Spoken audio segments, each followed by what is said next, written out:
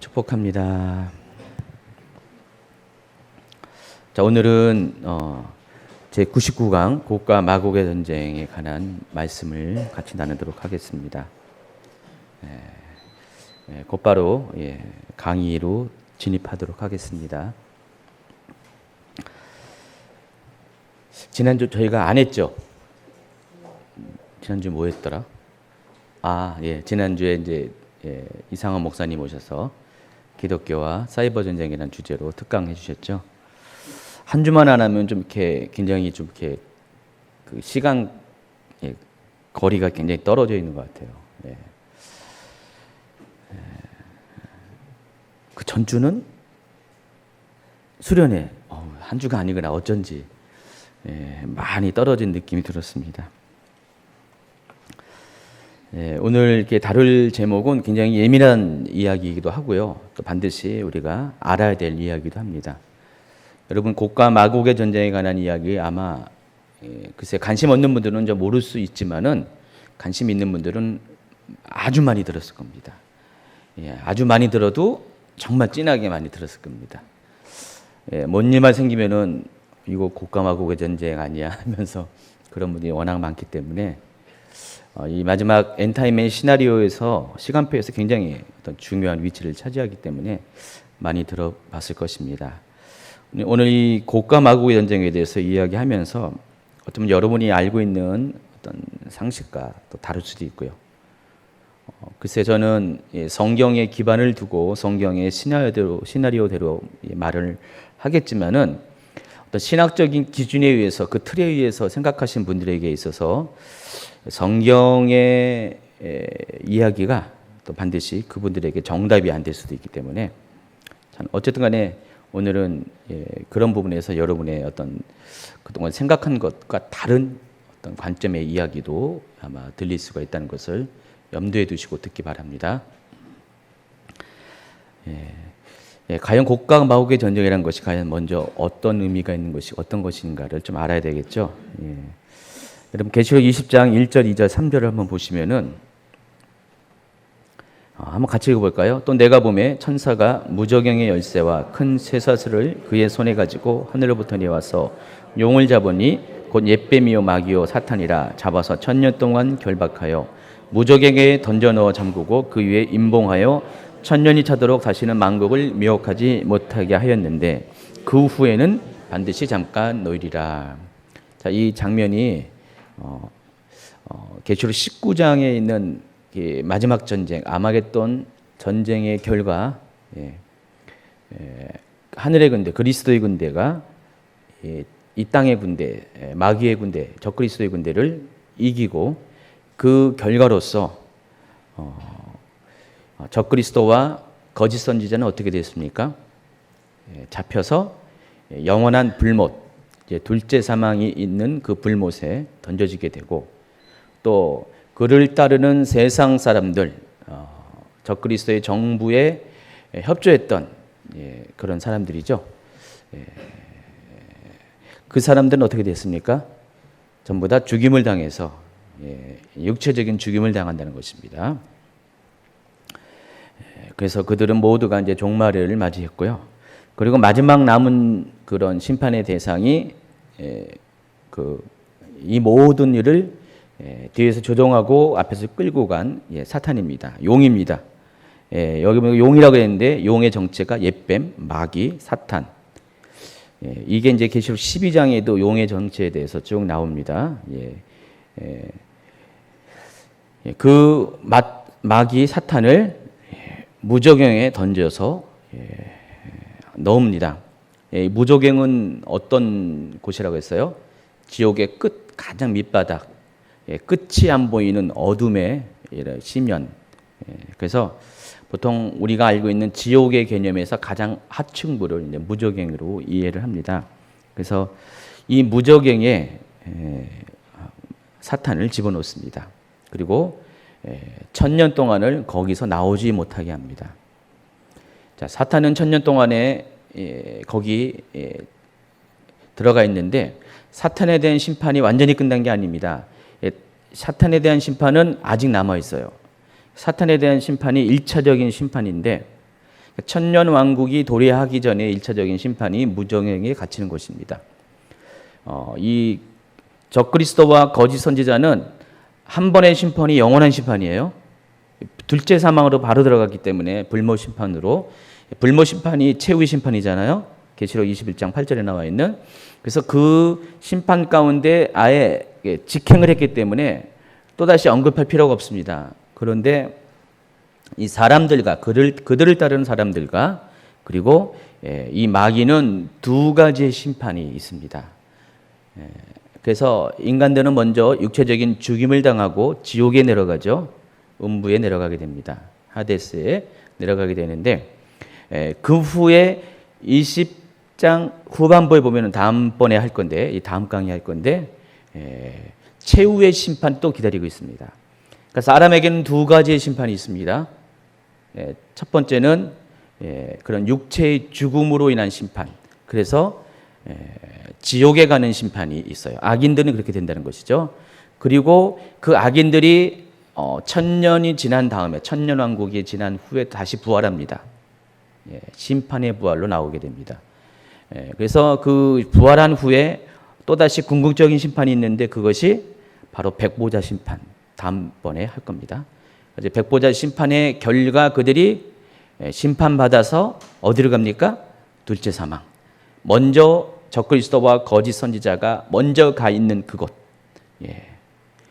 그래서 우리가 알고 있는 이 지옥은 두 가지 개념입니다. 한시적인 지옥이 있고 영원한 지옥이 있습니다. 그래서 한시적인 지옥은 천년왕국까지 존재하는 지옥입니다.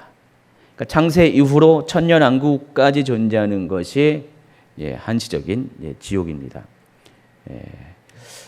마찬가지로 이 마귀도 두 번의 심판을 받습니다. 첫 번째 심판이 무적행의 심판이고 두 번째 심판이 역시 둘째 사망 불모 심판입니다. 그래서 이 모든 존재들은 적그리스도 거짓 선지자 또 사람들 악인들 그리고 이 마귀는 최종적인 심판의 한 장소에서 서로 만나게 돼 있어요. 순서만 다른 거예요. 누가 먼저 가고 누가 나중에 가냐. 제일 먼저 가는 것이 적그리스도와 거짓 선지자, 두 번째 가는 것이 누구예요? 마귀고 그리고 세 번째가 악인들이 갑니다. 그 계시록의 순서가 그래요. 그래서 결국은 거기서 다 만나게 돼 있어요. 그래서 아마 적그리스도가 거기 먼저 가 있다가 나중에 이제 마귀가 오면은 반갑네. 다 아는 존재가 오잖아요. 다 같이 연합했던 같은 영으로 함께했던 마귀가 오더니 좀 있다가 또 누가 옵니까? 악인들이 또 이렇게 오잖아요.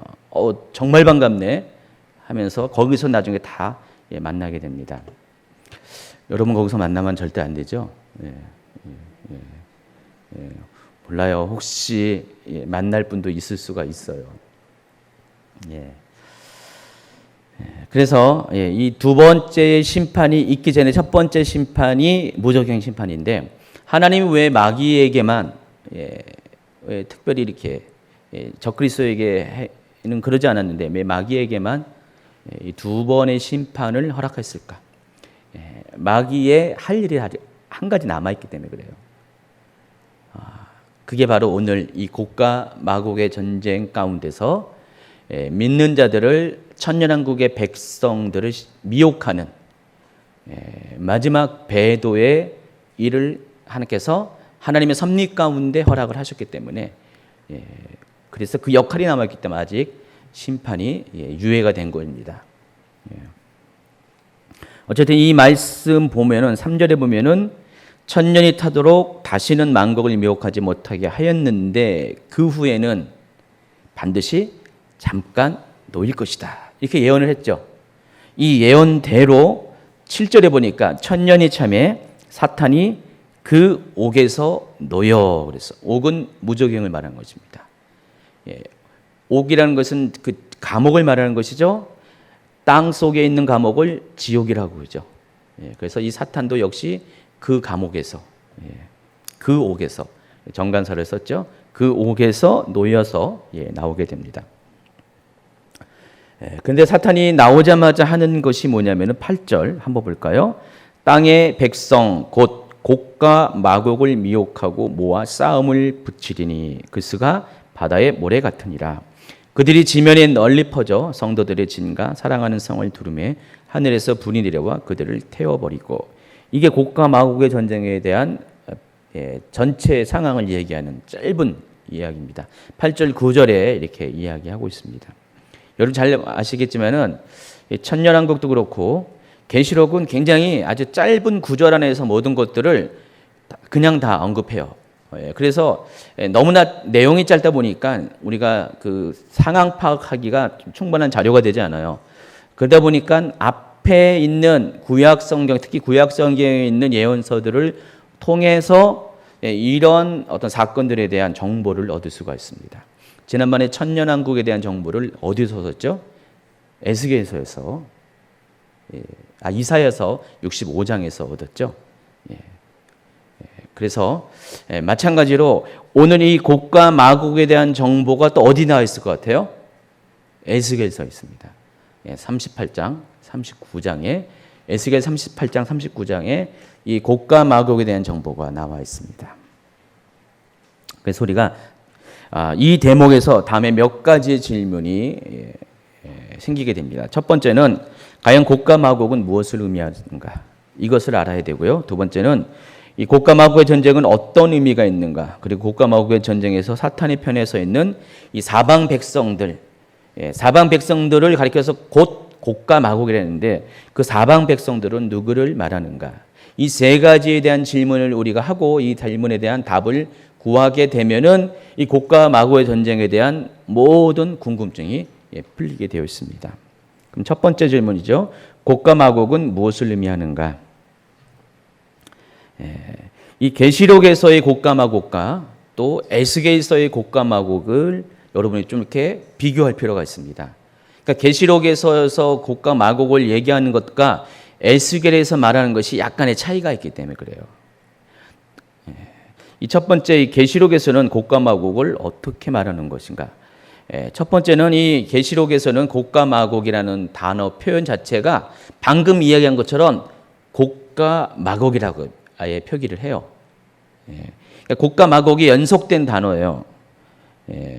그러나 다른 곳에서는 곡과 마곡이라는 연속된 단어를 쓰지 않습니다. 그냥 곡하고 마곡을 따로따로 구분해서 사용을 합니다. 오직 계시록에서만 곡과 마곡이라는 연속된 단어를 사용한다고 해서 아시기 바랍니다. 이 계시록 20장 8절에만. 그리고 문맥으로 보면은 이 곡과 마곡은 이 계시록에서는 민족을 가리킵니다. 제가 지금 하는 것들을 여러분이 잘 이렇게 머리에 입력하셔야지 이걸 전체적으로 이해하는 데 도움이 될 겁니다. 그러니까 계시록에서는 곡과 마곡에 대해서 뭐라고 말한다고요? 곡이라는 민족, 마곡이라는 민족을 말하는 것이에요. 물론 때로 이 민족을 가리키는 이 이름이 지명을 말할 수도 있어요. 우리가 보통 그러잖아요. 한국 땅 하죠. 그럼 한국 땅이라는 것이 뭐죠? 한국 사람들이 사는 땅이죠. 그런 의미에서도 어떤 지명을 말할 수도 있어요. 그러나 이 문맥으로 보면은 20장 8절 9절의 문맥으로 보면은 계시록에서의 곡과 마곡은 지명보다는 민족을 말하는 의미가 있습니다. 그러나 에스겔서는 약간 다릅니다. 에스겔서는요, 한번 읽어볼까요? 에스겔 38장 2절, 3절. 인자야, 너는 마곡 땅에 있는 로스와 메섹과 두발 왕 곧 고게게로 가서 얼굴을 향하여 그에게 예언하여 이르기를 주 여호와께서 이같이 말씀하시기를 로스와 메섹과 두발 왕 고가 내가 너를 대적하여. 또 14절에도요. 인자야 너는 또 예언하여 고게게 이르기를. 에스겔아 너는 마곡 땅에 있는 로스와 메섹과 두발 왕 곧 고게게의 얼굴을 향하여 그에게 예언하라 그랬습니다. 그래서 이 곡이라는 것은 누구를 가리켜요? 분명 여기는 사람을 말하는 것이죠. 인명을 말하는 것입니다. 자, 그 마곡은 뭡니까?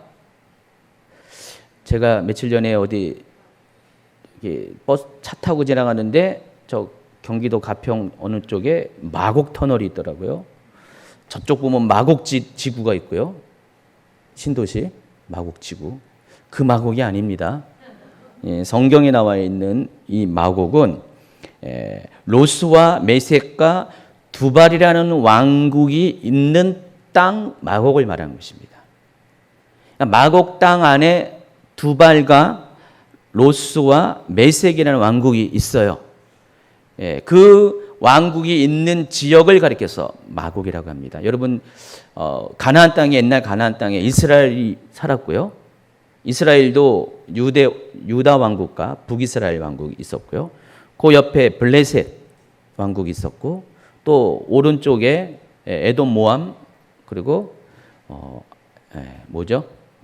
암몬 족속이 각각의 왕국을 이루고 살았습니다. 그래서 그 땅 전체를 가리켜서 가나안 땅이라 그래요. 팔레스틴 땅이라 그래요. 그 땅 안에 이렇게 몇 개의 나라가 있었습니다. 그래서 이런 나라들이 왕국이 있는 바로 가나안 땅. 근데 그 가나안 땅을 때때로 어느 강성한 왕국이 통치할 때가 있죠. 그래서 솔로몬 시대 때는 솔로몬이 그 가나안 땅, 팔레스틴 지역을 다 통치했습니다. 그런 것처럼 두발과 메섹과 또 로스라는 왕국이 있는데 그 왕국이 있는 지역이 마곡이라고 불렀는데 그 전체를 통치하는 왕의 이름이 뭐라고요? 곡입니다. 그러니까 에스겔서는 이와 같이 계시록에서는 어쨌든 간에 전반 문맥으로는 그 곡과 마곡을 어떤 민족을 가리키게 합니다. 그런데 이 에스겔서는 곡과 마곡이 달라요. 마곡은 지명을 가리키고 곡은 사람의 이름을 가리키는데 그 이름이 어떤 개인의 이름일 수도 있고 그 지역을 통치하는 공통적으로 사용하는 왕명일 수도 있어요. 하지만 사람을 가리키는 단어는 틀림이 없죠. 그래서 에스겔과 이렇게 계시록은 좀 다르다는 것입니다. 영어 표현에 봐도 38장 2절에 보니까 여기 인자가 son of man입니다. 사람의 아들, son of man 해놓고 set your face against 곡 해가지고 곡에 대해서 너의 얼굴을 대항하여 들라 이렇게 했습니다. 곡을 향해서 한마디로 쳐다보면서 얼굴을 대면해서 척 쳐다보면서 이렇게 대적하기 위해서 쳐다보는 거죠. 어게인스트니까. 근데 그 곡이 누구냐면은 of the land of 마곡이라고 했습니다. 마곡의 땅의 곡이라고 했습니다. 근데 그것이 이제 일종의 설명하는 거고, 뒤에 보니까 이 곡이 직접적으로 의미하는 것이 the chief 해놓고 chief prince of 메섹 and 두발이라고 했습니다. 그러니까 메섹과 두발의 chief이라는 것이 뭔지 알죠? 우두머리라는 뜻이죠. 프린스는 왕자라고 말하기도 하지만은 그냥 왕이라는 뜻도 있습니다. 그냥 이렇게 작은 나라의 왕, 그것을 프린스라고도 합니다. 그러니까 모든 왕들의 우두머리, 메섹이라는 나라와 두발이라는 나라의 왕들의 우두머리인 곡에 대하여 대항해서 너의 얼굴을 들라 그랬습니다. 근데 그 두발과 메섹이 마곡 땅에 있는 나라라는 뜻입니다. 이해하시겠죠? 그래서 이처럼 곡에 대한 또 마곡에 대한 이해가 에스겔서와 계시록은 서로 조금씩 다르다는 것을 아시기 바랍니다. 에스겔은 곡을 인명으로 보았고 마곡은 지명으로 보았습니다. 그래서 에스겔서의 관점에서 곡과 마곡의 전쟁은 어디서 발발한 전쟁입니까? 마곡이라는 지역에서 발발한 전쟁이에요. 그러니까 마곡이라는 지역이 로스와 메섹과 두발이라는 왕국이 있는데 그 지역이 아니라 그 지역에 있는 이 왕국의 우두머리인 곡이 그 지역에 있는 왕국의 백성들을 군대를 끌고 와서 이스라엘을 공격하는 그 전쟁으로 묘사를 하고 있습니다. 그래서 곡과 마곡의 전쟁은 마곡이라는 지역에서 곡이라는 왕이 이스라엘을 대항해서 일으킬 전쟁, 그게 곡과 마곡의 전쟁, 그렇게 이해하시기 바랍니다. 그러나 계시록은 그렇지 않습니다. 계시록은 뭐예요? 곡이라는 곳, 마곡이라는 곳, 또 다른 말로 하면 곡의 백성, 마곡의 백성들과의 전쟁, 그들이 이스라엘을 대항해서 일으킬 전쟁, 이 차이가 있습니다. 제가 그래서 이걸 이렇게 도표로 이렇게 그려놨어요. 이거 보면 이해하시겠습니까? 일단 두 개의 톱니는 이해할 겁니다. 자, 그런데 우리가 이런 차이점이 있음에도 불구하고 많은 분들이 이 곡과 마곡에 대해서 오해를 하고 있습니다. 그러니까 에스겔의 관점과 계시록의 관점이 서로 다르잖아요. 설명이 다름에도 불구하고 사람들이 이 계시록에 나와 있는 이 곡과 마곡의 전쟁을 에스겔 38장에 있는 곡과 마곡의 전쟁과 동일시한다는 것입니다. 같은 전쟁으로 이야기한다는 것입니다. 아까 제가 얘기했잖아요. 천년왕국에 대한 구약의 예표가 어디 있다고 했어요? 이사야 65장. 또 곡과 마곡에 대한 전쟁에 대한 예표가 어디 있다고 했어요? 계시록 에스겔 38장. 이렇게 이제 매치가 되니까 에스겔 38장에 있는 곡과 마곡의 전쟁의 시나리오를 그대로 계시록 20장에 있는 곡과 마곡의 전쟁의 시나리오로 확대 대치를 시켜버린다는 것입니다. 저는 여기에 이제 함정이 있는 것입니다.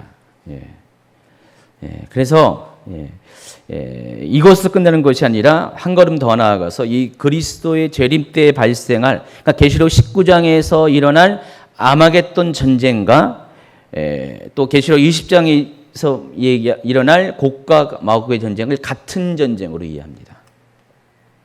이 두 전쟁 사이는 실은 1000년의 차이가 있어요. 천년왕국이라는 시간적인 갭이 있습니다. 근데 그럼에도 불구하고 이 아마겟돈 전쟁과 곡과 마곡의 전쟁을 같은 전쟁으로 생각하고 있다는 것입니다. 그래서 이 곡과 마곡의 전쟁을 예수님이 재림할 때 그 시기와 맞물려서 이 곡과 마곡의 전쟁이 일어난다고 합니다. 성경은 분명히 뭐라고 말했어요? 천년왕국 이후에 이 곡과 마곡의 전쟁이 일어난다고 분명히 말씀했죠. 근데 그럼에도 불구하고 계시록에 있는 말씀은 다 무시해버리고 깡그리 무시해버리고 에스겔 38장의 내용만 취해서 곡과 마곡의 전쟁이 곧 일어날 것이라고 그렇게 말하고 있다는 것입니다. 그래서 오늘날 이 마곡에 해당하는 지역들이 있습니다. 그 지역들 이제 좀 이따 얘기하겠지만은 지금 그 메소포타미아 지역을 말하고요. 근동 지역이죠. 이스라엘의 북쪽의 지역이고 이게 이제 러시아 남부로부터 터키 거기에 이르는 지역이 곡과 마곡입니다. 거기에서 일어나는, 그리고 또 계시록 에스겔 38장에 보면은 이 곡과 마곡만 얘기하는 것이 아니라 옆에 페르시아, 리비아 이런 이 나라들도 이야기하기 때문에 하여간 이스라엘을 둘러싸고 있는 서쪽은 빼고 북쪽, 동쪽 또 남쪽의 나라들이 이스라엘에 대항해서 하는 어떠한 일련의 제스처만 일어나면은 다들 좀 있으면 곡과 마곡의 전쟁이 일어난다. 막 그런 식으로 생각을 해서 그냥 난리가 나고 있습니다. 그래서 제가 어느 카페에서 올라온 글을 보니까 최근에 이제 러시아하고 터키와 이란이 삼국 동맹 체제로 가는 어떤 액션을 취했어요. 원래 터키하고 러시아가 사이가 안 좋았거든요. 터키하고 러시아가 이렇게 흑해를 사이에 두고 붙어 있는데, 건너편에 있는데, 그래서 이웃 사촌이죠. 근데 서로 패권을 차지하고자 하는 그런 라이벌 관계가 좀 있었기 때문에 그동안 사이가 안 좋았어요. 예전에 작년인가 러시아 비행기가 터키 영내에 들어와 가지고 격추당했잖아요. 그렇죠?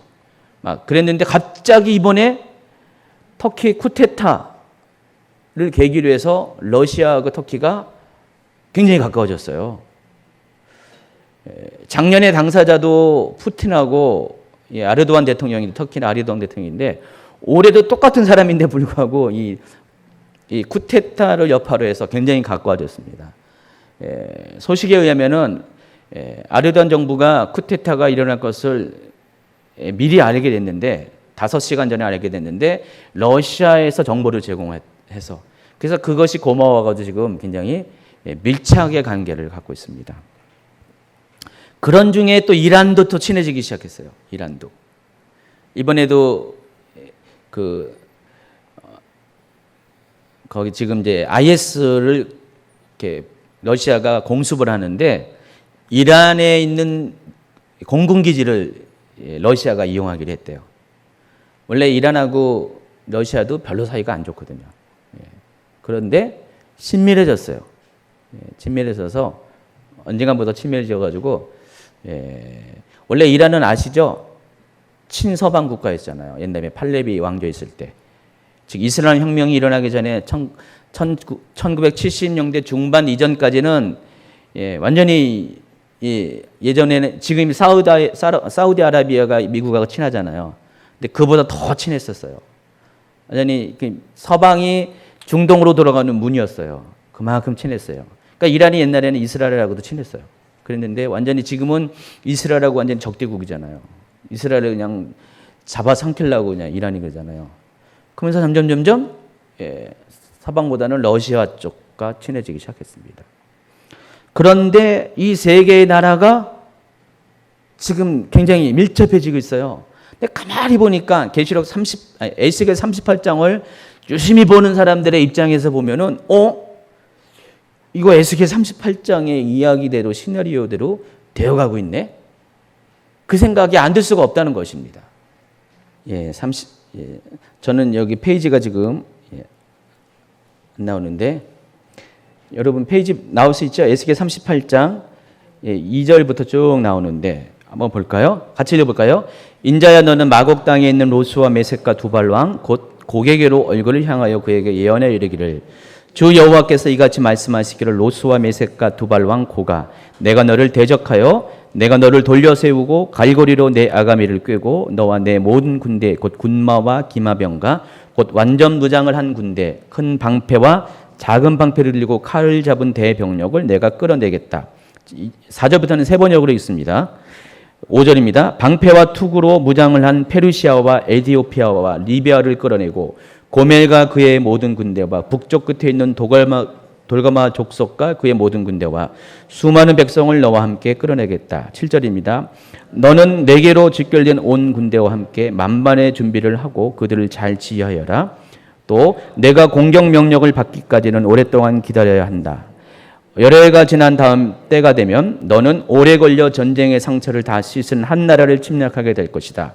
그 나라는 여러 민족 가운데 흩어져 살다가 돌아온 사람들이 오랫동안 폐허로 남아있던 이스라엘의 산지에 다시 세운 나라다. 그 나라 백성은 타국 백성들 사이에서 살다가 돌아온 뒤에 그때쯤이면 아주 안전하게 살고 있을 것이다. 건너뛰어서 15절입니다. 그때가 되면 너는 내 나라 북쪽 끝에서 원정길에 나설 것이다. 그때 너는 대군을 이끌고 떠날 것이다. 놀라운 경호로 지닌 기마대와 많은 보병을 이끌고 정복길에 올 것이다. 마치 구름이 땅을 덮는 것 같이 내가 내 백성 이스라엘을 칠 것이다. 그가 오랜 세월이 지난 후에 때가 되면 내가 너를 끌어들여서 내 땅을 치게 하겠다. 문민족은 내가 내 거룩함을 밝히 나타내려고 너를 이렇게 부리고 있는 것을 보고 나서야 내가 누구인지를 알 것이다. 나 주 하나님이 말한다. 그가 내가 옛날에 내 종 이스라엘의 예언자들을 시켜서 말하여 둔 사람들 가운데 하나가 바로 너다. 예언자들이 여러 해 동안 예언하기를 내가 너를 끌어들여서 이스라엘을 치게 할 것이라고 말하였다. 자, 바로 이 내용입니다. 자, 이 내용을 보면 어때요? 이 마지막 때의 전시 상황이 어떻게 돼요? 여기 아주 적나라하게 나와 있잖아요. 이스라엘이 어떻게, 여기 뭐라고 했어요? 이스라엘이 포로로, 그러니까 역사적 상황과 똑같잖아요. 이스라엘이 포로로 끌려갔다가, 이방의 포로로 끌려갔다가 오랜 세월 끝에 다시 돌아와서 나라를 회복한 그 이야기를 담고 있죠. 근데 그 민족을 이 곡이 주변에 있는 다른 나라들과 연합해 가지고 이스라엘을, 그러니까 이스라엘의 주변에 있는 나라들과, 여기 보니까 페르시아도 있었고 또 뭐가 있었습니까? 에디오피아는 여기 이스라엘 밑에 아프리카죠. 리비아, 그리고 고멜, 도갈마 족속, 이런, 여기 고멜, 도갈마라고 한 것은 아직 현재 지명이 정확하지 않을 때는 이렇게 세 번 영어 이렇게 합니다. 그 군대를 다 끌고 와가지고 이스라엘을 공격하게 될 것이다. 그 중심에 누가 있다고요? 그 연합군의 중심에 곡이 있다는 것이다. 곡이라는 왕이 그 모든 전쟁 프로젝트를 진행한다는 것입니다. 그래서 이 내용이 딱 있기 때문에 여기 지역에 해당하는 나라들의 그런 움직임을 보면은, 정세를 보면은 긴장 안 할 수가 없는 거예요. 그래서 이런 게 있습니다. 여기 관련 기사를 제목을 제가 몇 가지 뽑아왔는데, 곡과 마곡의 전쟁 마지막 퍼즐이 준비된 것인가? 그러니까 아까 그 얘기했던 러시아, 터키, 이란의 협력 관계들을 보면서 이 3강 체제로 들어가는 것들을 보면서 기사들을 쓴 거예요. 곡과 마곡의 전쟁의 마지막 퍼즐이 준비된 것인가? 곡과 마곡의 전쟁의 주역인 터키와 러시아가 연합하고 있다. 에스겔 38장 예언 성취 세팅 윤곽이 더 선명해지다. 이런 기사 제목들입니다. 터키 쿠데타 실패, 환난의 전초. 터키 세속주의 종말과 도갈마. 터키는 유럽 연합을 떠나 러시아 품에 안기다. 뭐 이런 제목들이 쫙 나와 있어요. 제목만 읽어준 겁니다. 자, 이와 같이 이 에스겔 38장의 내용은 요즘 최근에 일어나는 국제적인 정세, 특별히 이스라엘을 둘러싸고 있는 이 근동 지역이죠. 중동 중에서도 이스라엘 가까운 그 지역을 근동이라고 하는데, 이 근동 지역에서 일어나는 그런 어떤 이 나라와 나라의 사이에 정치적인 어떤 그런 이벤트가 굉장히 종말의 때, 마지막 때에 대한 어떤 중요한 어떤 메시지를 전해주고 있다고 생각합니다. 그래서 이 러시아와 터키가 최근에 연합하고 있는 것이 이런 곡과 마곡의 전쟁을 에스겔 38장에서 풀고자 하는 분들에게 굉장히 아주 예민한 뉴스예요.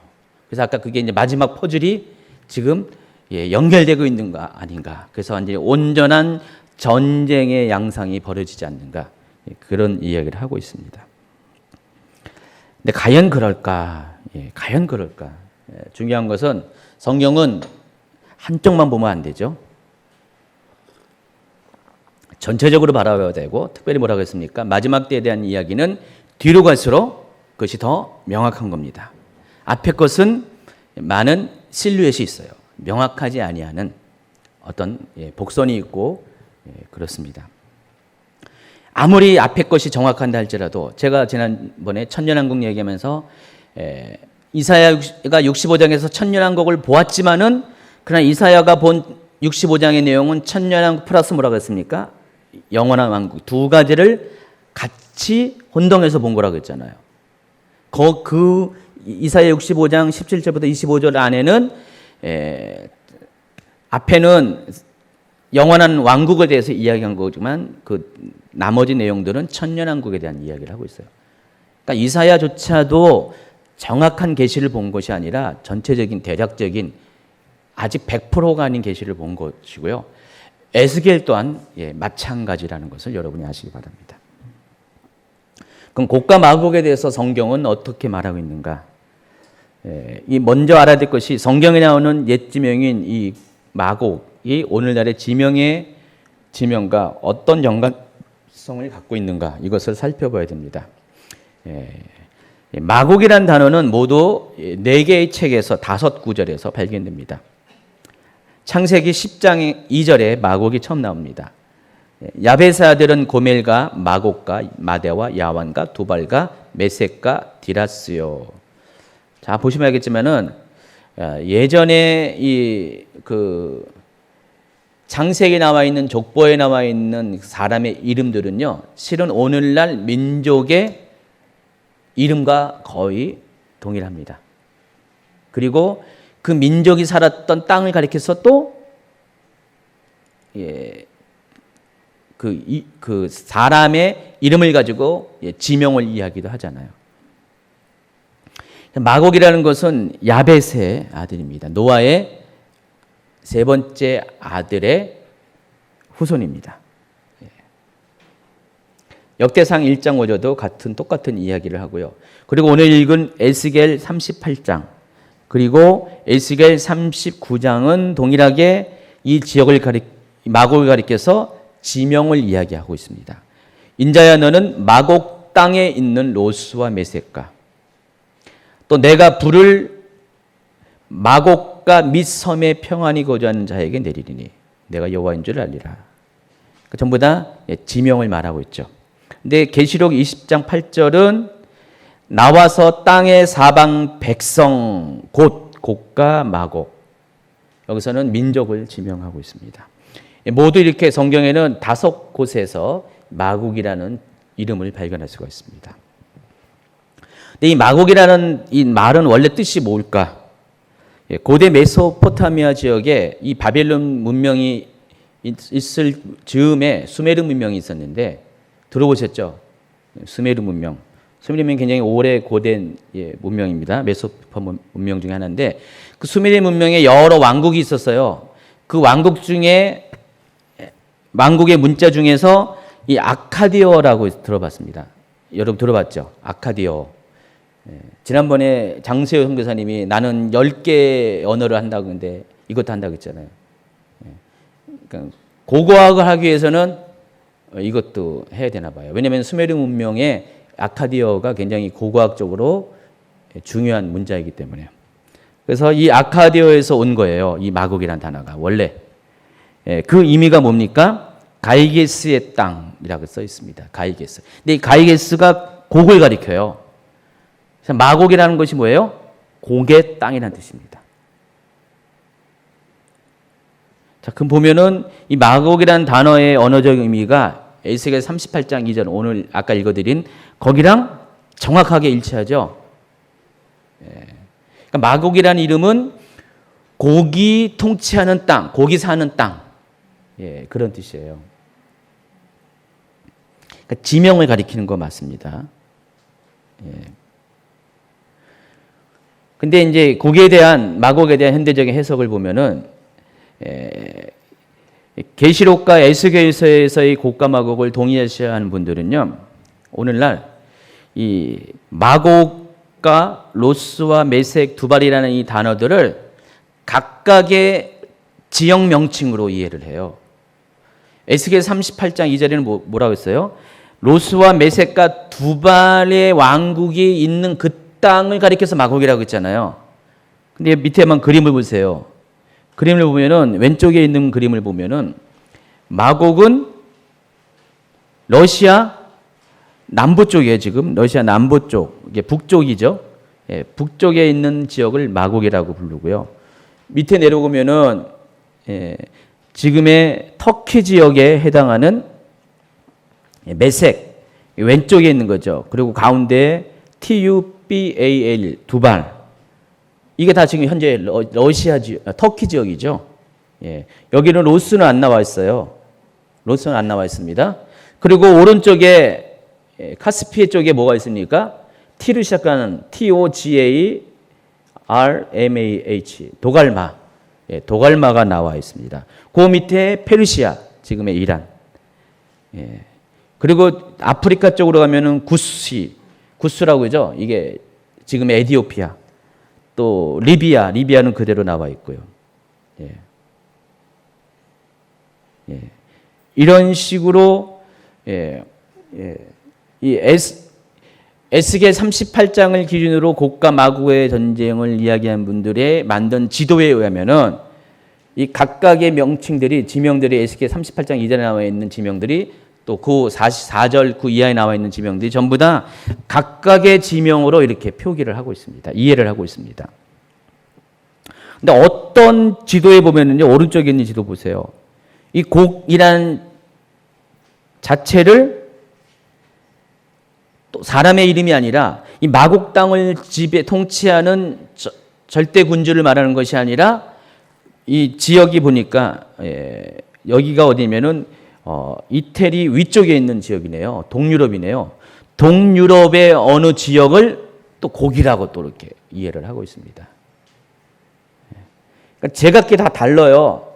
그러니까 성경에서 에스겔 38장에서 말하는 지역에 대한 이해도 전적으로 그 에스겔 38장과 맞는 그런 지명을 사용하는 것이 아니라는 것입니다.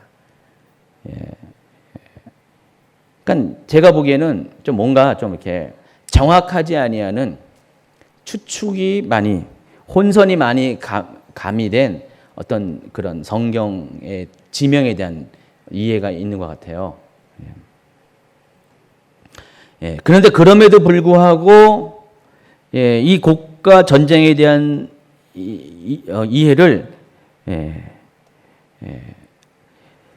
지명적으로는 계시록을 따르고 시나리오적으로는 에스겔을 따르면서 곡과 마곡의 전쟁을 오늘날 우리가 존재하는 세대 가운데 이 땅 가운데 일어날 전쟁으로 이해를 하고 있다는 것입니다. 표정들을 보니까 제 말을 이해하는지 참 지금까지 한 말을 제가 한 말을 이해할 수 있어요? 다시 한번 정리하면은 다시 한번 정리할게요. 정리하면은 오늘날 곡과 마곡의 전쟁이 우리 세대 가운데 우리 세대의 마지막 가운데 일어날 임박한 전쟁으로 이해하는 분들은 에스겔에서 분명히 이 곡에 대해서 이 마곡에 대해서 뭐라고 했습니까?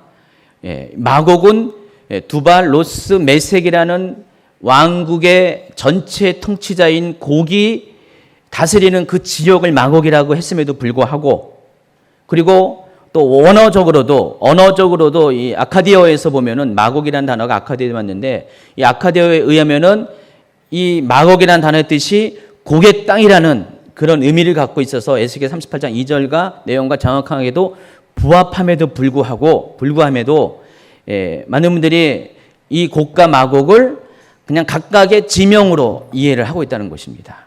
그러니까 곡 따로, 마곡 따로, 두발 따로, 메색 따로, 로수 따로 이런 식으로 이해를 해서 이런 지역 가운데서 장차 전쟁이 일어나는데 그러니까 지명은 계시록에서 갖고 오고요. 그러니까 곡과 마곡이라는 지역에서 전쟁이 일어나는데 시나리오는 에스겔 38장의 그 시나리오대로 곡과 마곡의 전쟁이 일어날 것이라고 이야기를 한다는 것입니다. 이해하겠어요, 이제? 그래서 이 마곡에 해당하는 나라가 러시아입니다. 메섹과 두발에 해당하는 나라가 터키고요. 그리고 에스겔 38장 5절에 보면은 페르시아, 에디오피아죠. 에티오피아가 아니라 에디오피아, 리비아, 고멜, 도걸마 등이 연결되어 가지고 서로 연합해서 곡을 중심으로 해서 이스라엘과 전쟁을 벌일 것이다. 그게 아까 에스겔 38장의 내용입니다. 그래서 이제 계속해서 쭉 읽어보면은 에스겔 37장에 뭐가 있습니까? 여러분 잘 알고 있는 마른 뼈가 살아나는 환상이 나오죠. 그래서 마른 뼈가 살아나는 환상을 통해서 죽었던 이스라엘이 다시 회복되는 것을 묘사라고 했죠. 그 다음에 이렇게 곡과 마곡의 전쟁이 일어나게 된다는 것입니다.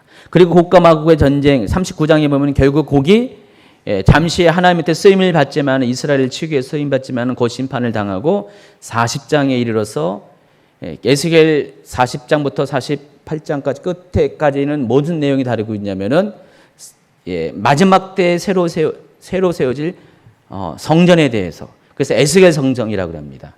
우리가 알고 있는 성전이 솔로몬 성전 있죠. 수르바벨 성전 있죠. 헤롯 성전 있죠. 그리고 앞으로 생겨질 제3성전이 있죠.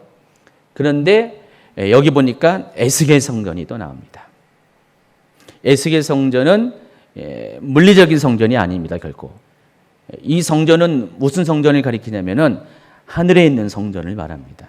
이 에스겔 성전의 내용을 보면은 계시록 21장에 나와 있는 내용과 똑같아요. 그래서 에스겔 47장에 있는 내용을 보면 이제 그렇게 볼 수가 있습니다. 그래서 이런 것으로 인해서 어쨌든 간에 에스겔 38장, 39장의 특별히 38장의 이 시나리오대로 앞으로 세상이 돌아갈 것이다. 그렇게 생각해서 하여간 이 지역의 모티브는 계시록에 따오면서 시나리오는 에스겔 내용을 가지고 에스겔 38장에 있는 상황들이 지금이라도 조금이라도 조짐들이 보이면은 계시록 20장에 나와 있는 곡과 마구의 전쟁이 곧 일어날 것으로 그렇게 이야기한다는 것입니다. 특별히 무천년설을 믿고 주장하는 분들은 더욱이 이 아마겟돈 전쟁과 곡과 마구의 전쟁을 같은 전쟁으로 여긴다고 했어요. 왜 그러냐면은 천년왕국에 대한 이해가 전천년설과는 다르기 때문에. 그래서 천년왕국이 무천년설에 의한 천년왕국이 어떤 거죠? 바로 지금이 천년왕국 시대예요. 천년왕국 시대이기 때문에 교회가 세상을 통치하는 바로 그 시대. 교회가 세상에서 왕노릇하는 시대가 천년왕국이라고 믿고 있기 때문에 그렇기 때문에 천년왕국 뒤에 나와 있는 이 곡과 마곡의 전쟁이 그분들에게는 결국 낯선 것이 아니죠. 왜냐하면 천년이라는 시간을 둘 필요가 없기 때문에 이 교회의 시대가 끝나면 곧바로 곡과 마곡의 전쟁이 일어날 것이다. 그렇게 믿기 때문에. 그러나 성경은 뭐라고 합니까? 성경은 분명히 계시록 19장에 있는 이 마지막 아마겟돈 전쟁과 그 사이에 천년왕국이 있고 그리고 그 뒤에 곡과 마곡의 전쟁이 완전히 분리가 된다고 말하고 있어요. 그래서 아마겟돈 전쟁, 계시록 19장의 아마겟돈 전쟁의 결과 적그리스도와 거짓 선지자가 심판을 당하고 악인들이 심판을 당하고 또 마귀가 일차적인 심판을 당하고 있다고 말을 함에도 불구하고 그 모든 사건들을 전부 다 곡과 마곡의 전쟁 이후로 다 몰아버린 거예요. 그러니까 곡과 마곡의 전쟁과 이 아마겟돈 전쟁이 서로 짬뽕이 돼버린 거예요. 분리가 안 된 거예요. 혼선이 돼버린 거예요. 이것도 저것도 아닌. 실은 그게 성경에서 말하는 그 계시록에서 말하는 성경이 말하는 그 시나리오와 맞지가 않는 거예요. 근데 문제는 이 신학이 그렇기 때문에 시나리오를 그렇게 맞춰가는 거죠. 그래서 다 어떻게 됩니까? 상징으로 풀죠. 천년왕국도 상징이고 다 상징으로 풀기 때문에 뭐 어차피 상징이니까 상징은 뭐예요?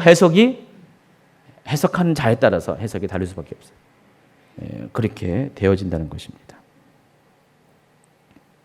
그래서 자중한 이런 여기서 언급된 나라들이 서로 얽혀 있는 정세는 이분들에게는 엔타임을 때를 가늠하게 하는 매우 민감한 정보들이라는 것입니다.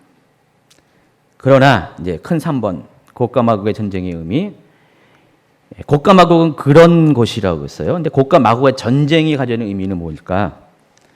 중요한 것은 아마겟돈 전쟁과 곡과 마곡의 전쟁은 절대로 동일한 전쟁이 아니다라는 것입니다.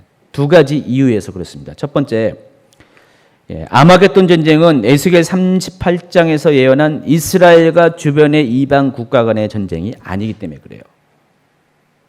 앞으로 일어날 아마겟돈 전쟁은 이스라엘을 대적하는 중동 국가의 전쟁이 아니에요. 아마겟돈의 전쟁의 의미는 마지막 때 하늘에서 내려온 그리스도의 군대와 그리고 이 땅의 적그리스도의 나라의 군대가 싸우는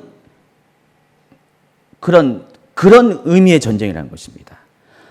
나라와 나라와의 전쟁이 아니라니까요. 그리스도와 적그리스도의 전쟁이에요. 그게 아마겟돈 전쟁이에요. 근데 그 아마겟돈 전쟁을 그냥 에스겔 38장에 있는 내용으로 그렇게 덮어버리는 거예요. 이스라엘과 관련된 전쟁으로만 이렇게 하는 겁니다. 그게 아닙니다.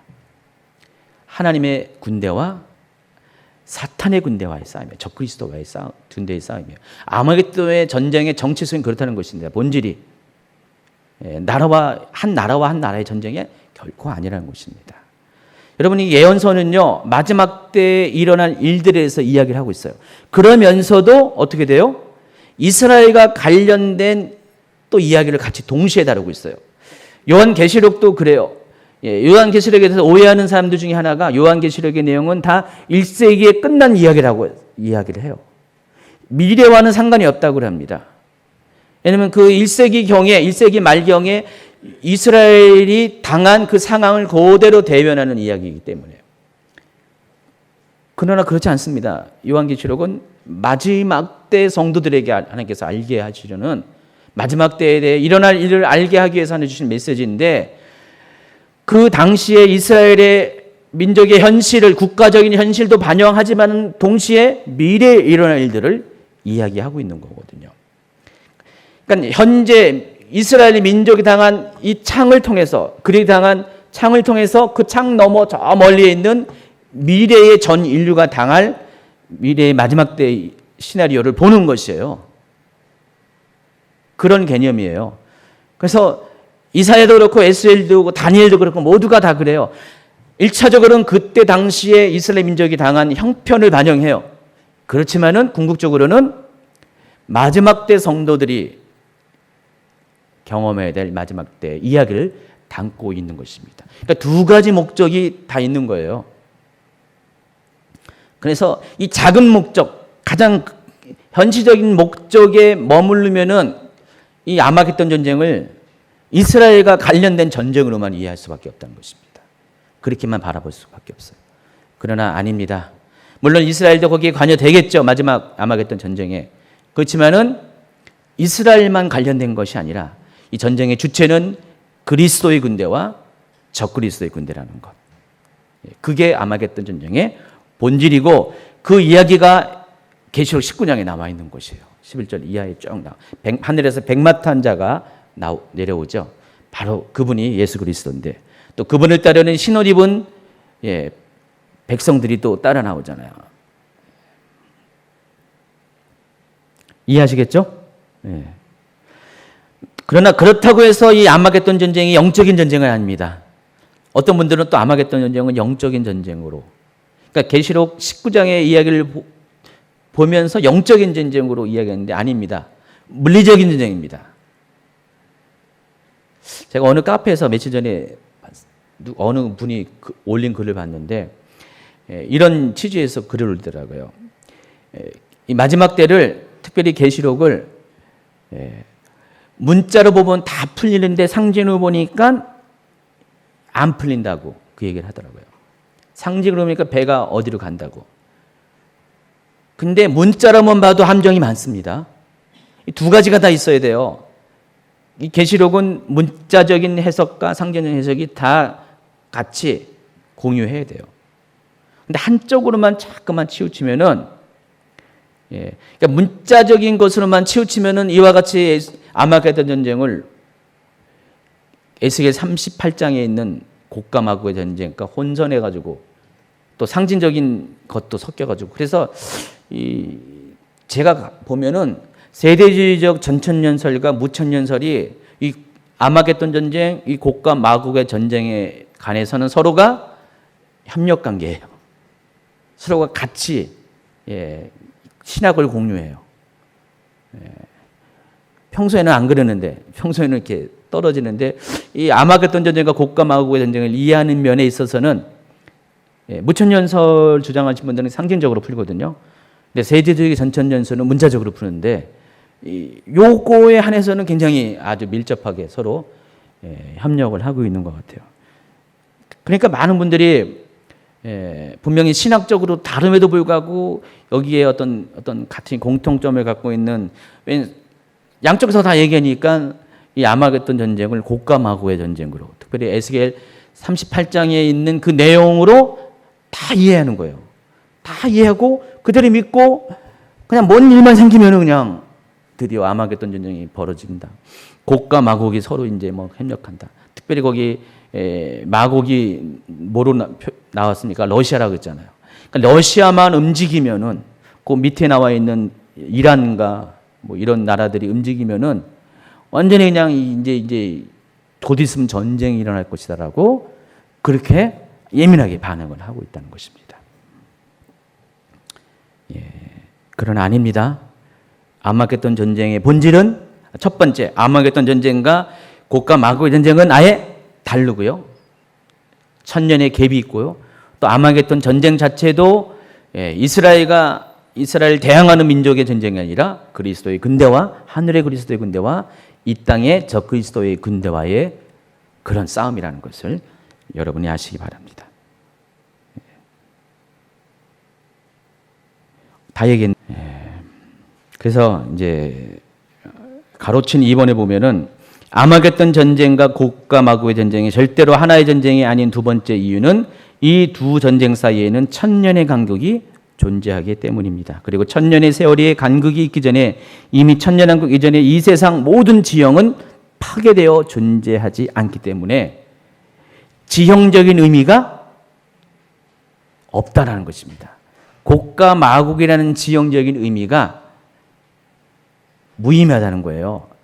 천년왕국 이후에는 곡과 마곡을 논할 이유가 없다는 것이에요. 그래서 이 계시록 20장에 나와 있는 곡과 마곡의 전쟁의 곡과 마곡이라는 것은 정확한 지명을 말하는 것이 아니라 상징을 말하는 것인데 그 상징이 어디서 따왔다고 에스겔 38장에서. 에스겔 38장에서 예언한 대로 마곡의 왕인 곡이 이스라엘을 대항한 것처럼 그와 같이 천년왕국 이후의 마귀가 다시 풀려 나온 다음에 사방 백성들 그들을 곡과 마곡으로 비유한 거예요. 상징화시켜요. 이미지를 거기서 갖고 온 거예요. 에스겔 38장에서 마지막 때 이스라엘을 대항하는 그런 곡과 마곡이라는 이미지를 거기서 갖고 와서 그것처럼 그렇게 하겠다는 것이죠. 왜냐하면 이스라엘 백성 이 글을 읽은 요한계시록을 읽는 유대인들은 에스겔 38장에서 말한 곡과 마곡의 전쟁을 다 알고 있기 때문에 그와 같은 일이 일어날 것이다. 그렇게 얘기하고자 그 이미지를 따온 겁니다. 이해하시겠죠? 그래서 곡과 마곡은 결코 파괴되기 이전의 세상의 지명과는 상관이 없는 거예요. 이미 이때는 지구가 다 멸망을 당했기 때문에 섬도 온데간데 없이 다 바다도 온데간데 없이 다 멸망을 당했기 때문에 이때만 해도 곡과 마곡이라는 지명이 남아 있을 수가 없다는 것입니다.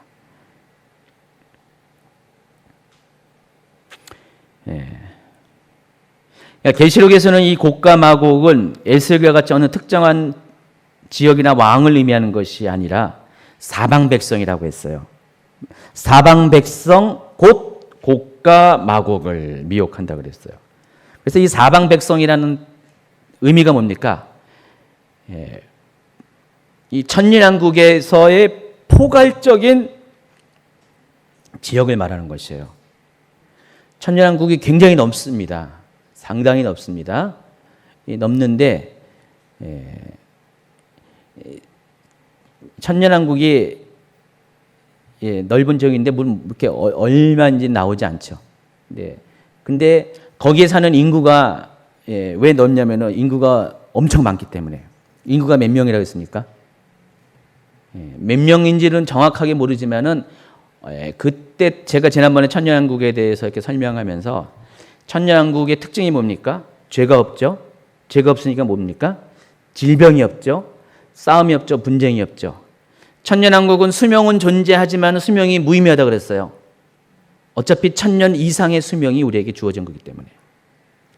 그래서 1000년 동안은 사람들이 천년왕국의 백성들이 원래 있는 그대로 산다 그랬습니까? 아니죠. 거기에 생식이 있다 그랬어요. 그러니까 후손이 태어난다 그랬어요. 천년왕국의 특징은.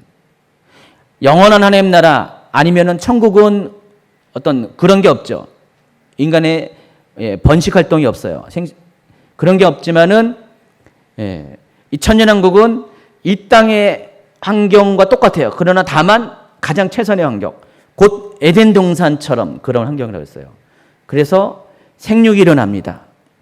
그러니까 이 낳고 또 낳고가 엄청나게 활발하게 일어날 겁니다. 산술급수적이 아니라 기하급수적. 좀 기하급수적인 것보다 더 뛰어넘는 대단한 생육 활동이 일어나게 될 거예요. 겨우 8명의 남은 자, 노아의 홍수로 남은 자를 통해서 세상에 여기까지 왔는데 하늘에서 천국으로 먼저 휴거돼서 올라갔던 성도들이 다 내려올 거 아니에요. 몇 명 정도 될 것 같아요? 모르죠. 많을 거예요. 수천만 명, 수억, 수십억이 달리면 더 좋겠지만 최소한 수억 정도 된다고 해요. 수억이 내려와 가지고요. 낳고 또 낳고를 해보세요. 이거는 1000년 동안에 엄청난 생육이 일어날 겁니다. 그러니까 지금에 있는 74억의 인구보다 훨씬 많은 가능성이 있어요. 엄청나게 많아요, 사람들이 나중에. 천년왕국에서는요. 천년왕국의 끝 무렵 되면은요, 계속해서 생육이 일어나기 때문에. 근데 그 넓은 땅의 넓은 지역에서 많은 사람들이 살게 됩니다. 그래서 이 사방 백성이라는 것은 그 천년왕국의 모든 지역에 흩어진 지역에서 존재하는 그런 백성들을 말하는 것입니다. 근데 왜 사방 백성이라면은 실은 이스라엘을 중심으로 해서 둘러싼 에스겔 38장에서 이스라엘에 둘러싼 사방 백성과 같은 이미지예요. 이스라엘을 둘러싼 사방에서 이민족들이 연합해서 곡을 중심으로 연합해서 이스라엘을 침공해 오는 것처럼 그와 같은 방식으로 사랑하는 성도들을 하나님의 백성들을 또 사랑하는 성도들의 진들을 성을 이렇게 포위해서 공격해 들어올 것이다. 그 얘기를 하고 있는 것입니다. 그래서 곡과 마곡은 하나님과 그의 백성을 대적하기 위해서 일하는 모든 사람들을 가리키는 상징적인 표현입니다. 이스라엘을 둘러싼 사방에 있는 백성들, 곡과 마곡으로 대변하는 사방에 있는 백성들이 공격하는 것처럼 그와 같은 방식으로 하나님의 백성들을 그때 곡과 마곡의 전쟁 가운데서 공격을 합니다. 그래서 계시록 20장에서의 곡과 마곡은 천년왕국에서 사단의 미혹을 받을 땅의 사방의 백성들과 지도자들을 일컫는 말입니다. 그래서 이렇게 말한 이유가 당시 에스겔 38장의 예언을 아는 유대인들은 이 말이 뭔 뜻인지 이해를 했기 때문에. 여러분은 헷갈리지만은 지금의 우리는 헷갈리지만은 유대인들은 에스겔 38장에서 이스라엘을 둘러싼 사방 백성들 곡과 마곡이 그렇게 쳐들어올 것이라고 그랬지. 그것을 바로 연상하기 때문에 사도 요한은 유대인이잖아요. 또 1차적으로 이 요한계시록이 유대인들에게 전해진 거기 때문에 소아시아에 있는 7교회들에게 전해진 거기 때문에 그들이 알 수 있는 언어와 문화와 또 성경의 이야기를 토대로 마지막 때 이야기를 풀어가기 때문에 그들이 알 수 있는 내용으로 먼저 보낸 거예요. 근데 여러분은 잘 모르지만은 근데 우리는 이제 이것을 좀 너무 이렇게 좀 오해를 해서 거기에 묶어두려고 하는 경향이 있습니다. 그러면은 이제 마지막으로 이제 곡과 마곡의 백성들은 누구인가? 자, 계시록 19장에서 보면 아마겟돈의 전쟁의 결과 그리스도를 대항하는 모든 대적들이 죽임을 당했다고 했습니다. 따라서 천년왕국 이전의 세상에 살던 사람들은 아무도 살아있을 수 없어요. 19장 21절에 보니까 그 나머지는 말탄 자의 입으로부터 나오는 검의 죽음에 모든 새가 그들의 살로 배불리더라 그랬어요. 다 죽었어요. 근데 이것이 18절에 이미 이게 명령이 떨어진 그대로 되어진 것이죠.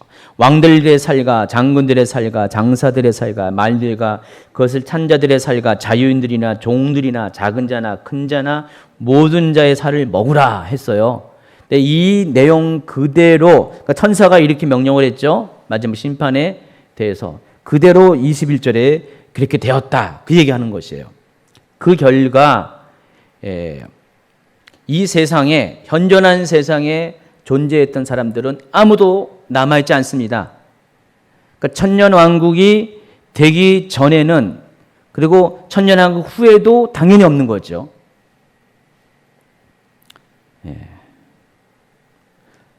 그래서 이 곡과 마곡의 백성들 중에서 그러니까 곡과 마곡의 백성이 천년왕국의 후예 중에서 곡과 마곡으로 대변한 사방 백성으로 말한 그 하나님을 대적하는 그리스도를 대적하는 그 사람들은 어디서부터 유래가 되냐? 당연히 천년왕국 백성들 가운데 나와야 되는 것이죠.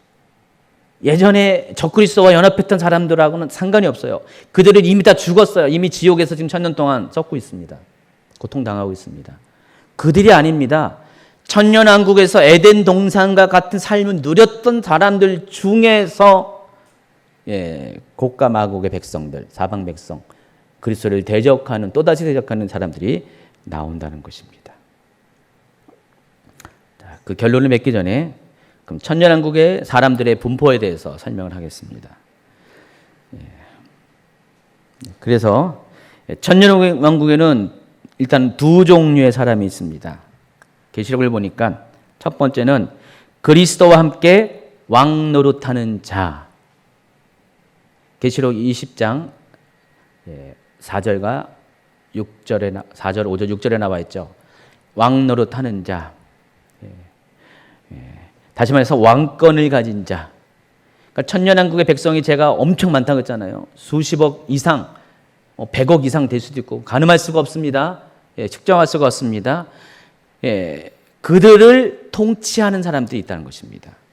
소수의 통치 계급이 있는데 예수님이 그들 모두를 통치해요. 천년왕국에서는 하나님이 안 계세요. 하나님은 어디 계세요? 여전히 천국에 계세요. 천년왕국의 주인은 누굽니까? 그리스도세요. 예수님이세요. 나중에 이제 계시록 21장 새 하늘과 새 땅 새 예루살렘이 되어지면 그때 가서 하나님이 우리와 함께 하시죠. 그때 가서는. 이전까지는 아직은 하나님은 우리와 같이 하지 않고 계십니다. 천년왕국까지는. 대신 천년왕국은 그리스도께서 천년왕국의 왕이 되십니다. 그리고 그리스도와 함께 연합한 소수의 사람들, 계시록 14장에 말하는 14만 4천과 같은 그 조건에 맞는 사람들이 그리스도와 함께 왕노릇합니다. 그리고 나머지 일반 백성이 있어요. 그 일반 백성이 누굴까요? 결국은 휴거받은 백성들이에요. 먼저 천국에 간 사람들. 무천년주의를 주장하시는 분들은 지금이 천년왕국이라고 주장하시는 분들은 모든 크리스찬들이 다 왕노릇한대요. 여러분 다 왕이에요, 다. 여러분 왕노릇해요. 왕권을 가져야 돼요. 왕 특징이 뭡니까? 돈도 많아야 되고 부유해야 되고요. 그래서 여러분들 크리스찬들은 다 재정의 권세를 가져야 돼요. 모든 세상의 어떤 영역들을 다 지배해야 돼요. 그래서 이제 번영신약이 거기서 나온 겁니다. 실은 이 번영신약이 종말론을 그렇게 해석해서 번영신약의 토대를 만든 것이죠. 왜 통치신학이 있어야 되니까. 그러면은 이 무천년주의에면은 이 일반 백성은 누굴 것 같아요? 믿지 않으면 불신자. 불신자가 일반 백성이에요. 천년왕국에. 지금이 천년왕국이니까. 성경에서 그렇게 말합니까? 아니잖아요. 천년왕국은 불신자는 이미 다 죽었다니까요. 심판받았어요. 지옥에 있어요. 천년왕국에는 마귀도 없는데 무슨 불신자가 있습니까? 다 믿는 자예요. 정말 잘 믿는 자들이에요. 악이 없는 곳이에요. 마귀가 없으니까 미혹도 없잖아요. 그런 곳이에요. 근데도 불구하고 왕노릇하는 가 일반 백성이 있는데 왕노릇하는 사람은 그 순교의 대가를 치른 사람이 그리스도와 함께 그리스도와 십자가를 진 사람이 그리스도가 어딜 가든지 어린 양이 어디 가든지 함께 따라간 사람들 처녀와 함께 몸을 더럽히지 아니한 사람들 어린 양의 노래를 부를 수 있는 자격이 갖춘 사람들 이런 사람들이 천년왕국의 왕노릇하는 거고 나머지는 일반 백성들은 결국은 휴거받은 백성들입니다. 천국에 먼저 올라갔다가 그리스도의 재림의 나팔과 마지막 나팔과 함께 무덤을 뚫고 부활한 사람들. 천국에서는 지금 육을 갖고 있지 않잖아요. 영혼만 있잖아요. 근데 휴거 때는 예수님의 공중 강림 때문에 되면은 휴거가 일어나는데 그때는 육을 입고 다시 살아납니다. 그래서 공중으로 올라가서 예수 그리스도를 맞이합니다. 그 다음에 3년의 반의 기간이 후 3년 반의 기간이 존재하는데 그 휴거 백성들이 어디에 있는지는 정확하게 말할 수 없지만 추측은 그 공중이 과연 뭘 의미할까? 과연 천국을 원래 있던 천국을 말하는 것인가? 이거는 아직은 뭐 답을 베풀어 줄 수는 없어요. 하지만 거기에 있던 사람들이 그리스도와 함께 내려온다는 것을 보면은 천국일 가능성이 많아요. 계시록 19장에서 하늘에서 하늘의 군대가 내려오는 거 보면은 천국으로 그래서 결국은 죽어서 부활해서 휴거된 사람이나 살아 있어서 휴거된 사람이나 다 동일하게 휴거 백성으로 통일합니다. 다 휴거 백성이죠. 그러니까 그들은 다 의인이죠. 그들이 이 지구상의 새로운 땅에서 천년왕국에서 아마 이 지구상의 어딘가에 펼쳐질지도 모르고 잘 모르겠어요. 천년왕국에서 일반 시민으로 살아가게 된다는 것입니다. 여기까지 여러분 이해하시겠죠? 그 다음에 설명하는 것을 여러분도 이해도 하셔야 돼요. 이게 더 중요한 겁니다. 근데 일반 백성은 또다시 두 개의 그룹으로 나누게 됩니다. 천년왕국 1세대가 있어요. 그리고 그 후에 태어날 세대. 수많은 세대가 있지만은 통틀어서 2세대라고 제가 설명할게요. 구분하기 위해서. 실은 2세대가 아니죠. 수십 세대가 더 태어날 거죠. 생육이 번성할 거니까. 천년왕국 1세대는 오리지널 휴거 백성이에요. 휴거 백성이 하늘에 올라갔다가 다시 이 땅에 내려와서 천년왕국이 펼쳐질 때 내려와서 천년왕국에서 살게 됩니다. 천년왕국의 의미가 뭐라였어요? 혼인잔치라고 그랬어요. 혼인잔치. 본격적인 그 결혼 생활이 시작되기 전에 이스라엘은 7일 동안의 혼인잔치가 있어요. 그러니까 우리식으로 따지면 뭐예요? 신혼입니다. 신혼. 그런 개념이죠. 거의 신혼에 가깝죠. 그래서 이 사람들이 1세대라고 이야기하면은 이 사람들의 후손들이 태어날 거 아니에요. 그게 2세대. 2세대 이후에 수십 세대가 생겨납니다. 첫째 부활자, 아까 그리스도와 함께 왕노릇한다는 사람들 있죠. 이 사람들이 과연 그리스도를 배반할까 안 할까요? 배반 안 하죠. 못 하죠. 이분들은 이미 첫째 부활자라는 이름을 가졌어요. 첫째 부활자가 이제 다음 강의에 아마 이야기 마지막 부활에 대해서 그러니까 지금 하는 이 주제들은 굉장히 천년왕국부터 굉장히 중요한 주제들 다루고 있어요. 여러분이 잘 이렇게 정리가 안 되는 주제들, 잘 말하지 않는 주제들 그런 걸 얘기하고 있는데 첫째 부활도 굉장히 그때 가서 다 설명을 할게요. 그래서 이 사람들은 특징이 뭡니까? 둘째 사망이 이들을 영향을 줄 수가 없어요. 잘 생각하셔야 돼요. 첫째 부활자만이 둘째 사망을 피해 간다는 것이에요. 그러니까 새 하늘과 새 땅에 직행을 타기로 보장된 사람들이에요. 이 사람들만이. 아까 적그리스도와 거짓 선지자가 둘째 사망으로 영원한 불지옥으로 직행했죠. 첫째 부활자도 마찬가지예요. 영원한 왕국 하나님 나라로 직행합니다. 오직 이 사람들에게만 그게 정해져 있어요. 첫째 부활자만. 그렇다면은 첫째 부활자가 아닌 그리스도와 함께 왕노릇하지 않는 사람들은 그게 보장이 안 돼 있다는 거예요.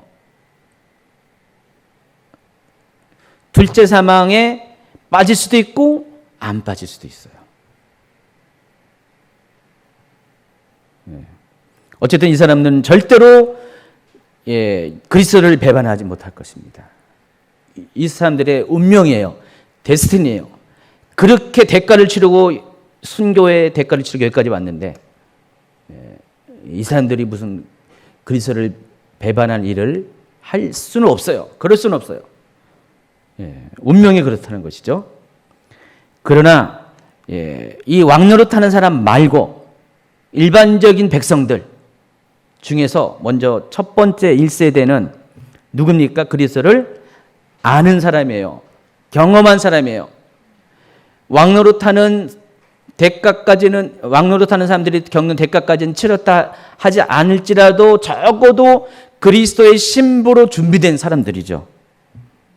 휴거를 경험한 사람들이에요. 그러나 그럼에도 불구하고 이 사람들의 운명은 왕노릇하는 사람처럼 첫째 부활자의 운명이 아니기 때문에 또다시 그리스도를 배반할 가능성은 0.0001%도 있긴 있어요. 그러나 그 가망성은 매우 희박하다는 것이죠. 그럴 수도 있어요. 아닐 수도 있어요. 그러나 제가 보기에는 이 사람들은 그러지 않을 확률이 많죠. 그러니까 여러분이 지금 휴거 백성이 될 거라면은 천년을 그리스도와 함께 잘 지냈어요. 이미 여러분 다 그리스도의 신부로서 겪은 거 다 겪었잖아요. 야다를 경험했잖아요. 하나님을 그만큼 지식으로 아는 것이 아니라 몸으로서 알았잖아요. 신앙의 간증을 통해서 체험을 통해서 아는 분들이잖아요. 그런 분들 중에서도 나중에 배반한 사람이 간혹 나오잖아요. 그런 가능성 빼고 대부분의 사람들은 끝까지 예수님을 믿을 거예요. 그런 거와 똑같다는 것이죠. 아무리 마지막 때에 사단이 잠시 풀려나가지고 그냥 사람들을 순식간에 미혹한다 할지라도 넘어갈 확률은 많지 않아요. 근데 중요한 것은 두 번째 천년왕국 이후에 태어난 세대들, 제2세대 이후의 사람들, 이 사람들이 문제예요. 근데 사사기의 교훈을 봐도 그 충분히 가능한 것을 알 수가 있습니다. 사사기 2장 7절부터 읽어볼까요? 시작.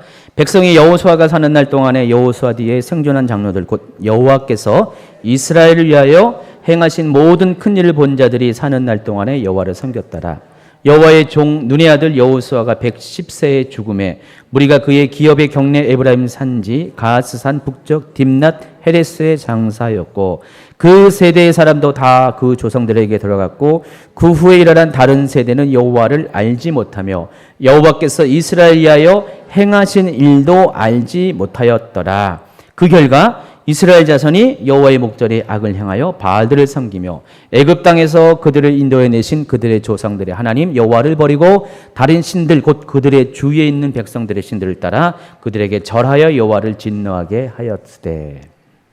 자, 이것을 보면 알듯이 광야에서 하나님을 경험한 사람들은 여호와를 경험한 사람들은 그들을 이끄신 여호수아와 함께한 장로들이 죽을 때까지는 절대로 예수님 여호와를 배역하지 않았습니다.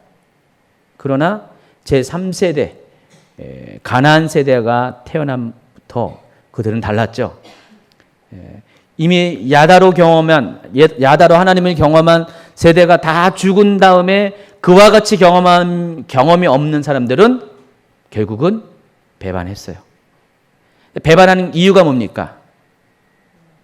그들 가운데 남겨둔 민족들 때문에.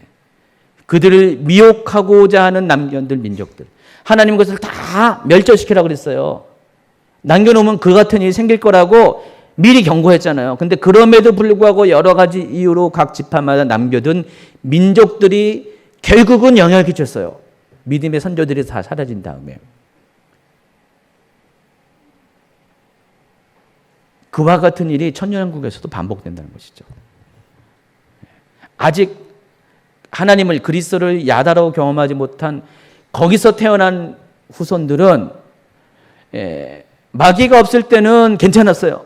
그러나 마귀가 잠시 풀려날 때는 미혹당할 수밖에 없다는 것입니다. 그런 가능성이 있다는 것입니다. 또 에덴 동산의 경우를 생각해 볼 필요가 있습니다. 에덴에서 뱀이 사탄이 나타나기 이전에 사탄의 미혹이 있기 전에 아담과 하와는 하나님과 샬롬의 관계를 누렸어요. 오직 하나님만 섬겼고 사랑으로 교제했습니다. 그러나 사탄이 미혹이 있을 때 그들은 쉽게 넘어갔어요. 그리고 에덴 동산의 형사가 달라졌습니다. 천년왕국이 에덴 동산의 모델을 가지고 만들어질 것이라고 얘기했어요. 똑같아요. 천년왕국도 결국은 아담과 하와가 뱀의 유혹에 미혹에 넘어간 것처럼 이 나중에 큰 뱀, 옛뱀, 붉은 용인 사탄이 나중에 한 번 더 미혹을 할 때 아담과 하와의 전체를 밟을 가능성이 틀림없이 있을 것입니다. 결국 하나님의 배역하는 사방 백성, 곡과 마곡, 에스겔 38장에서 모티브를 갖고 온 이스라엘을 둘러싼 사방에 있는 백성들은 곧 이방 백성들. 이방 백성들은 뭐죠? 하나님을 모르는 백성들. 하나님을 배역하는 백성들. 하나님을 대적하는 백성들은 결국은 이미 구원받음을 확실한 천년왕국의 백성들 가운데서 나올 수밖에 없다는 것입니다. 악인들이 갑자기 다시 돌아오는 게 아니라는 것입니다. 구원이라는 게 굉장히 이게 아주 쉬운 구원 같은데 두 가지 양면성이 다 있는 것이에요. 하나님은 누구나 다 구원받을 수 초청했죠. 그러나 아무나 구원받는 것이 아닌 것 같아요. 끝까지 믿음을 지킨 자들이 구원받는 것이죠. 그러니까 영원한 하나님 왕국은 들어가 봐야 알아요. 그냥 당신 지금 구원받았어. 그것은 100% 장담할 수가 없다는 것입니다. 구원의 확신은 갖되 우리가 구원의 삶을 살아야지 천국도 가고 또 천국 가서 끝난 게 아니잖아요. 여기 보니까 천년왕국 이후에 곡과 마곡의 전쟁에서 또 한 번의 배도가 일어났는데 누가 합니까? 우리 중에 그런 사람이 있을는지. 일단 여기 천국부터 가시고 나서 그래서 누가 합니까? 모른다는 것입니다. 나중에 이제 천국 백성도 만나겠지만은 그 천년왕국에서도 우리 또 같이 만나야 돼요. 잘 기억하고 있다가 천년왕국에서 집사님도 오셨네 하면서 서로 잘 아는 체 하시기 바랍니다. 근데 잘 나가다가 거기서 또다시 배반할 가능성이 0.00001%라도 우리 가운데 있다는 것을 여러분 두려운 마음으로 생각하시기 바랍니다. 그래서 우리는 끝까지 구원의 완성을 향한 긴장감을 놓치지 말아야 돼요. 내가 구원받을까? 거기에 아주 어떤 이렇게 스트레스 받는다는 뜻이 아니에요. 내가 구원을 받는 것에 대해서 확신하지만은 구원을 받을 수 있는 존재로서 내가 늘 언제나 깨어서 그리스도의 신부로서 서 있어야 한다는 것입니다. 거룩한 흰옷은 때로는 더러워질 수가 있어요. 그럼 빨리 빠세요. 깨끗하게 하세요. 회개하세요.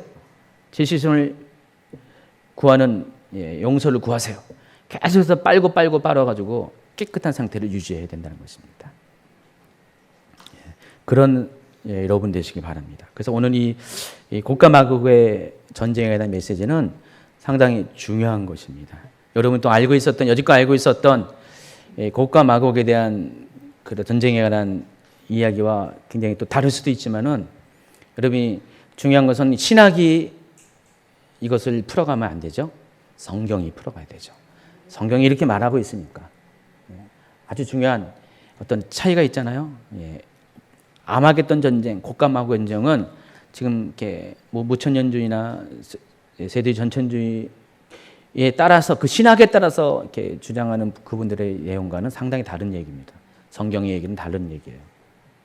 그래서 여러분 어떤 이런 정세 때문에 맨날 이렇게 오면은 러시아가 이렇게 이것 때문에 아주 그냥 긴장하고 그럴 필요가 없습니다. 예. 러시아는 고가 마구의 전쟁과 상관없어요. 천년왕국 이후에 고가 마구의 전쟁과 전혀 상관이 없습니다. 단지 마지막 때 이스라엘의 회복과 관련해서의 중요한 어떤 그런 것으로는 여러분이 충분히 참조하시기 바랍니다. 자, 기도로 마칩니다.